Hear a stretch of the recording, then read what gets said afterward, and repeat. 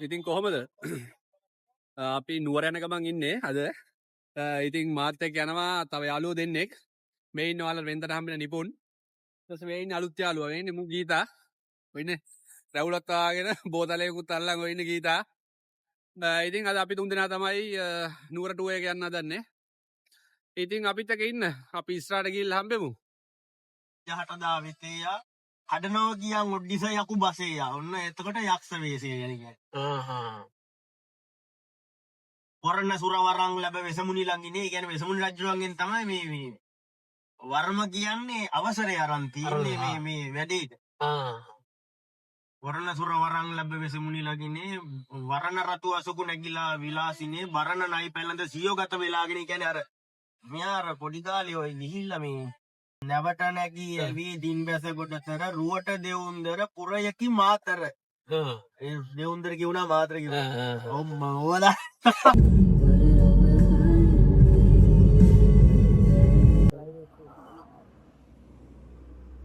Habibi come to Sri Lanka fucking idiot cross the road hey ඉස්සට බරම්ම හරි හරි මම පයින්න බල යවා ඒ වාරේ ඉතින් අපි දැන් ඉන්නේ කඩුගන්නාවේ කන්ද නගින ගමන් ඉන්නේ ඉතින් මාර මාසාවක් වෙනවා කඩුගන්නාවේ කන්දේ තියෙන රොටි කඩේකින් රොටියක් ගන්න ඉතින් ඒ ආසාවත් කට්ටියම සංසිඳවා ගන්න රොටි කඩේකින් නැවතුවා ඉතින් දැන් රොටියක් කන්න තමයි හදන්නේ ඔය ඉන්නේ ඩබල් ඔන්න රොටි කඩේ එහෙනම් ඉතින් අපි රොටිය කන ගමන් ඔයාලට කියන්නම් කොහොමද රොටියේ ගතිය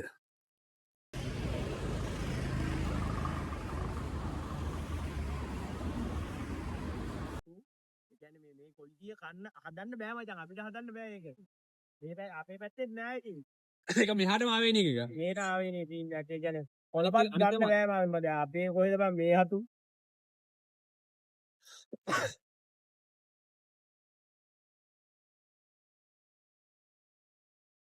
මේ කුම පුළුවන් නම් මෙන්න මේකක් හොයලා පෙන්නන්න දැන් අපේ සම්බෝලේ වගේ නෙමෙයි පොඩ්ඩක් මේක නර වැඩි මචං කොච්චර ගතිය දෙන්නේ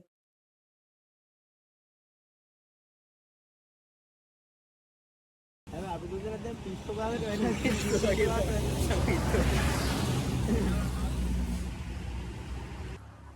වට්ටම සරයි රොටියයි ලුණු මිරිසයි ලුණු මිරිසට දාලා තියෙනවා මම හිතන කොච්චි ඉතින් ඒකත් එක්ක ඉඟුරු දෙකක් කියන්නේ වෙනම ලෝකයක් කියන්නේ වෙනම ආතල් එකක් ආවොත් ඒ ආතල් එක අරන් යන්න ඉතින් අපි එහෙනම් දැන් රොටි කඩෙන් රොටියකුත් කාලා දැන් ඉතින් ඉස්සරහට යන්න හදන්නේ ඉතින් එහෙනම් අපි ඉස්සරහට හම්බෙමු අපිත් එක්ක රැඳී ඉන්න දැන් තමයි ගමනේ හොඳම හරිය හෙලෝ ගුඩ් මෝර්නිංగ్ ඉතින් ඊයේ එන්න ගොඩක් රැ වුණා ඉතින් අපි අර යාළුවගේ අයියලා ගෙදර තමයි ඊයේ රැ නැවතුනේ ඉතින් අද උදේම දළදා මාලිගාව වැඳ පුදාගෙන තමයි අපි යන්න හදන්නේ දැන් උදේ 6යි කාලට වගේ ඇති ඉතින් අපි දැන් දළදා මාලිගාවට ගිහිල්ලා වැඳ පුදාගෙන ඊට පස්සේ ඉතුරු තැන් ටිකට යන්න තමයි ඉන්නේ ඉතින් ඔයාලත් අපිත් එක්කම ඉන්න අපි බලමු ඉස්සරහට ගිහිල්ලා කොහොමද අද දවස අපි නුවර වටේ ගෙවන්නේ කියලා ඉතින් යන් අපිත් එක්කම මොන සෙට් එක ලැහැත්තින ගමන් ඉන්නේ දැන් මේනවනේ සුදුවට ඇඳගෙන අර මොම්බල වෙන්නද දෙපොඩ ලස්සනයි what you doing මනුස්ස වෙනයිල පොර මනුස්ස වෙනයිල ඒකම මුල පොර මනුස්ස වෙනම දෙන්න මනුස්ස මචං good morning දාපහු යන්න බඩු පැක් කරන ගමන් තියෙන්නේ පේනවනේ ඔන්න ගීතා ඉන්නවා ඔන්න යන වාහනේ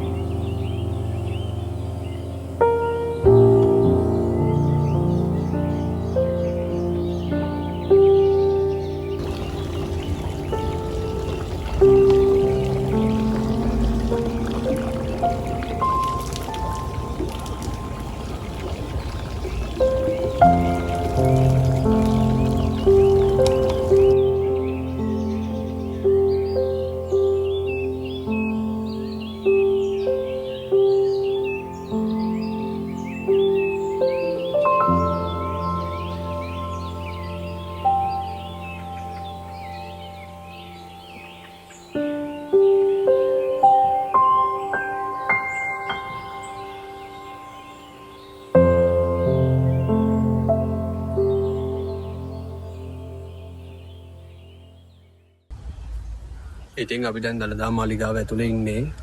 දැන් නාත දේවාල ටිකට ගිහිල්ලා පන්ති තියෙන පැත්තට ගිහලා දැන් අපි හදන්නේ ඉටි පිළිම තියෙන කෞතුකාගාරයක් තියෙනවා. ඉතින් ඒ පැත්තට යන්න හදන්නේ. අපි දන්නේ නැහැ වීඩියෝ කරන්න දෙයිද නැද්ද කියලා. ඉතින් දළදා මාලිගාවේ ගොඩක් තැන් වීඩියෝ කරන්න ෆොටෝස් ගන්න දෙන්නේ නැහැ. ඉතින් අපි පුළුවන් විදිහට ඔයාලට ඒ ෆොටෝස් වීඩියෝස් ලබා දෙනවා බලන්න. ඉතින් අපි බලමු ඉස්සරහට ගිහිල්ලා අපිට දළදා මාලිගාවේ තැන් තියෙනවා බලන්න. ඉතින් බලලා ඊට පස්සේ අපිට යන්න තියෙනවා ගඩොලාදෙනිය ලංකාදිලක විහාරය. ඒ වගේ විහාර ටිකකුත් තියෙනවා. ඉතින් අපි ගිහිල්ලා බලමු ඉස්සරහට මේ විහාරත්. ඔයාලා ඉතින් අපිත් එක්ක මගේ YouTube channel එකත් එක්ක රැඳී ඉන්න. මගේ YouTube channel එක බලන්න නැත්නම් subscribe කරන්න, like කරන්න, comment කරන්න. ඉතින් අපි ඉස්සරහදී හම්බෙමු.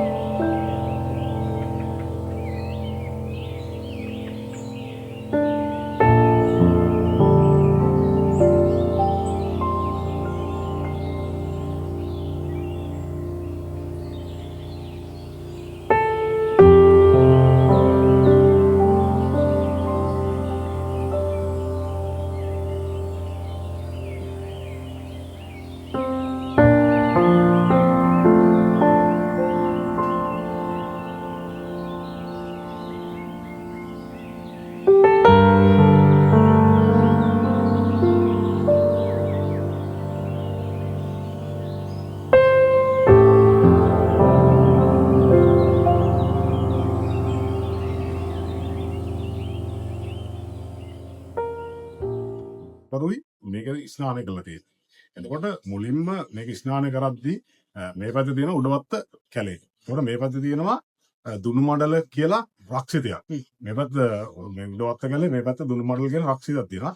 ඒ රක්ෂිතයේ ඖෂධ උයනක් තිබිලා තියෙනවා. ඒ ඖෂධ උයනේ ජලය තමයි කුමාරවරු විසවරු ස්නාන කළා තියෙන්නේ. ඒක ඇල මාර්ගයක් දිගේ ඇවිල්ලා ගල් පිහිල්ලකට ඇවිල්ලා වැටිලා ගල් පිහිල්ල දිගේ වැටෙනවලු ගල් බේසමට. රජතුමා නිර්මාණය කරා. ඒ ගල් බේසමට වැටිලා ගල් බේසමේ තුන් පැත්තක් තියෙනවා. ඒ තුන් පැත්තෙන් තුන් දෙනෙකුට එකවර ස්නාන කරන්න පුළුවන් විදිහට තමයි නිර්මාණය කළ තියෙන රජතුමා. ඒ කාලයක් යනකොට මේ කුමාරොන්ට බිසෝන්ටයි කංකැක්කුම් හදලා තියෙනවා. සම්පතිශාව හදලා තියෙනවා. ඊට පස්සේ රජතුමා තීරණය කරාලු ළඟම තැනක දළදා මාලිගාව මෙතන රජමාලිගාව ඒ ළඟ තියෙනවා. එතකොට ඒ ළඟම තැනක ස්නානය කරන රජවරුන්ටයි බිසවරුන්ටයි කුමාරොන්ටයි ස්නානය කරන්න බාත්‍යක් හදන්න පොකුණක් හදන්න සුදුසු තැනක් සොයන්න කියලා දීලා තියෙන්නේ මහනුවර හිටපු චිත්‍රකලාවේ දේවින්ද මූලාචාර්ය තමයි මහනුවර චිත්‍රකලාව කරලා තියෙන්නේ. එතකොට දේවින්ද මූලාචාර්යයා ඉඳලා තියෙන අරත්තන උණුනුවර තියෙන අරත්තන කියන ගමේ. ඒ ගමේ තමයි ඉඳලා තියෙන්නේ. මූලාචාර්යෙක් වෙන්න ශිල්ප 7ක් දැනගෙන උගන්වලා තියෙනවා.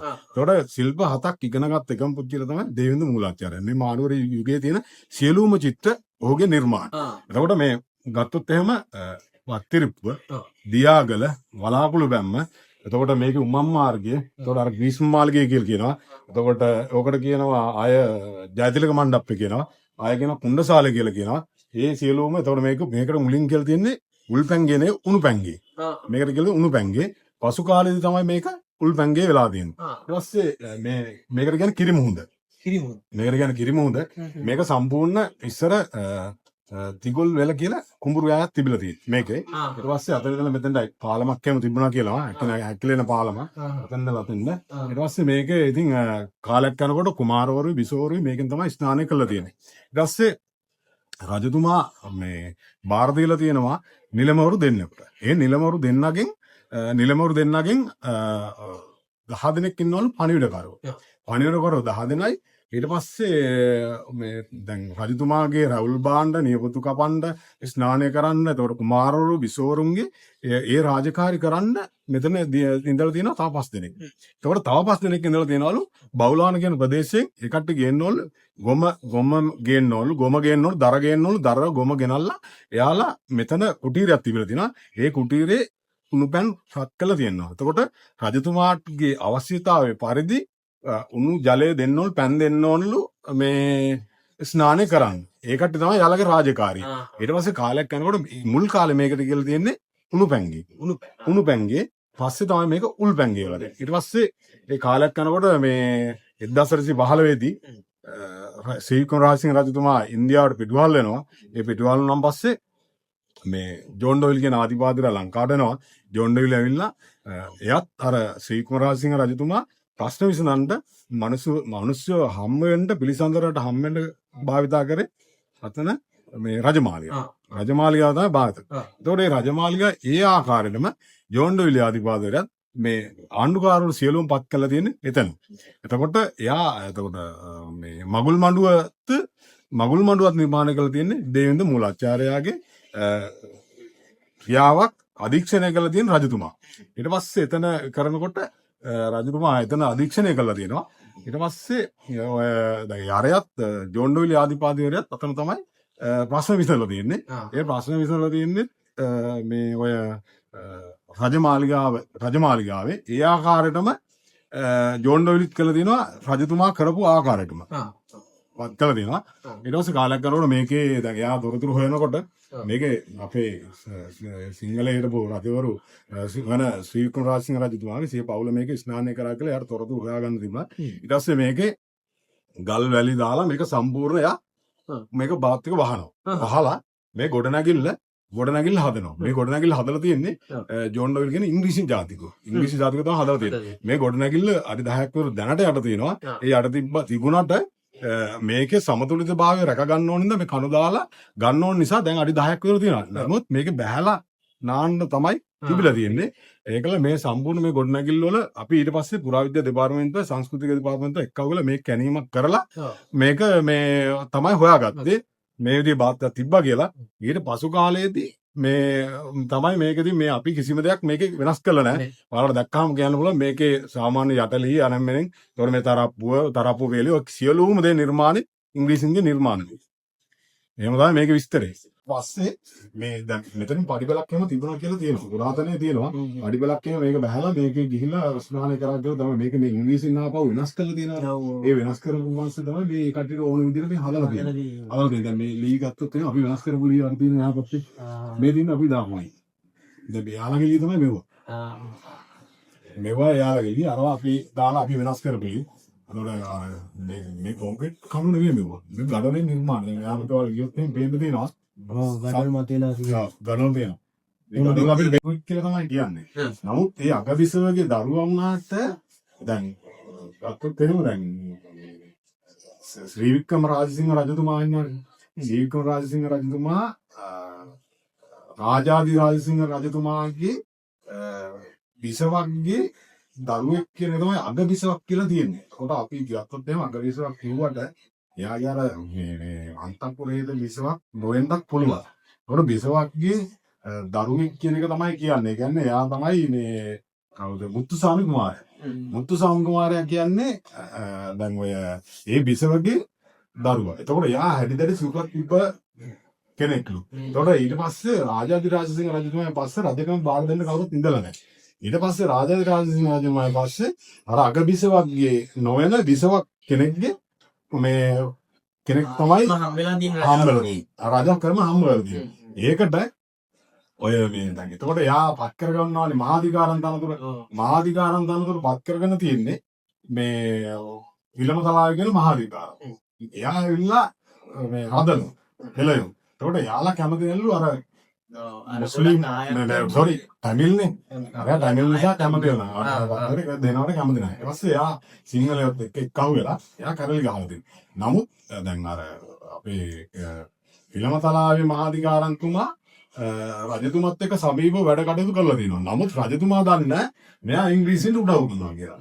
උදව් කරනවා කියලා දන්නේ නැති නිසා අරයා සුවඳව ටික කාලයක් කටයුතු කළා. ඊට පස්සේ කාලෙදී 1806 දී කැරල්ලා තියෙන රට කැරල්ලේදී රජතුමා කැරල්ලට මුහුණ දෙන්න සේනාව සංවිධානය කරද්දී යටින් මේ කවුද මේ විලමතලාවේ මහාධිකාරතුමා ඔත්තු දීලා අරයන්. ඊට පස්සේ මෙයා බයේ හඟුරංගිත පළවා ගියේ. හඟුරංගිතට ගිහලා හඟුරංගිත මාලිගාව ඉඳලා තියෙනවා. මාලිගාව යනකොට මාලිගාව මේ කට්ටිය ගිහිල්ලා ගිනි තියනවා. විසින් පෘතුගීසි ගිනි තියනවා. ගිනි දීපන් පස්සේ ගලවුඩ කියන මේ ගමක් තියෙනවා. ඒ ගමට ගිහිල්ලා දෙනක් ඇතුලේ මෙයා සංගවිල ඉඳලා තියෙනවා. ඒක අල්ලගන්න බැරි වෙලා තියෙනවා. ඊට පස්සේ එයාලා ඇවිල්ලා ගිහිල්ලා දෙනවා. ඊට පස්සේ මේ කවුද අපේ මෙයාට මේ නෑ පිළමතලාවට. පිළමතලාව ඊට පස්සේ උල දීලා මරනවා. ඊට පස්සේ ඇහැලේ පොළු තමයි පදිය කරන්නේ. ඒකෙන් පිළිමතලාව සුද්දන්ට උදව් කරාට සුද්දෝ විසින් මෙයාට උල තියෙනවා. නෑ රජතුමා ඒ කියන්නේ දැන් මේ දැන් ඉන්න හෙළයෝ ඉන්නවනේ. රදලයෝ ඊට පස්සේ තේරුම් කරලා දුන්නත් රජතුමා අවබෝධ කරගෙන නෑ මෙයා මේ පිටින් ගිහිල්ලා මේ ඉංග්‍රීසියෙන් උදව් කරනවා කියලා. ඊට පස්සේ මේ උදව් කරනවා කියලා ඊට පස්සේ රජතුමා අවසානයේ දැනගෙන තියෙනවා මෙයා උදව් කරා කියලා. ඊට පස්සේ මෙච්චර ඉක්මනට මෙයා විනාශ කරන්නද එන්නේ කොහොමද කියලා. ඊට පස්සේ අඟුරංගතට ගිහිල්ලා අඟුරංගත ගලවඩ කියන ප්‍රදේශයට ගිහිල්ලා ගලවඩ ලෙනක් ඇතුලේ ගල් ලෙනක් ඇතුලේ සංගවිලේ ඉඳලා බේරිලා ඇවිල්ලා තිනවා. නමුත් අඟුරංගත මාලිගාව සම්පූර්ණ විනාශ කළා. ඊට පස්සේ ඇවිල්ලා මෙවල එයා උල දීලා මරුවා කියලා දෙනවා. ඊට පස්සේ ආයෙත් කළා තියෙන්නේ ඇහැලේ පොළ මහාධිකාර. ඇහැලේ පොළ මහාධිකාරම් පත් කරනකොට එයා ඉඳලා තියෙන සීතාව. සබරගම ඉන්නකොට සීතාවක සබරගම ඉන්නකොට එයා අවශ්‍යයි. එයාත් 800ක බල කණ්ණායමක් කරගෙන ඇවිල්ලා මෙයාත් එක්ක සටන් කරනකොට ඇහැලේ පොළ මහාධිකාරම්තුමා ඉංග්‍රීසියෙන් පැත්තට ගියා. මෙද පාරේ ඉන්න මේ මුන් ඇඳුම් මාරු කරනවා මේ පාරේ මේන් රෝඩ් එකේ ළමයි ඇඳුම් මාරු කරන්නේ. ඉතින් අපි දළදා මාලිගාව වැඳ පුදාගෙන දැන් මේ උදේට කාලා ලස්සන රන්දක් උඩ තියෙනවා බුදු පිළිමයක්. ඉතින් ඒක බලන්න තමයි දැන් යන්න හදන්නේ. ඉතින් අපි ගිහිල්ලා ඔයාලට එතන විස්තර කියන්නම් ඔයාලට. එහෙනම් අපිත් එක්ක යන් ඉස්සරහට.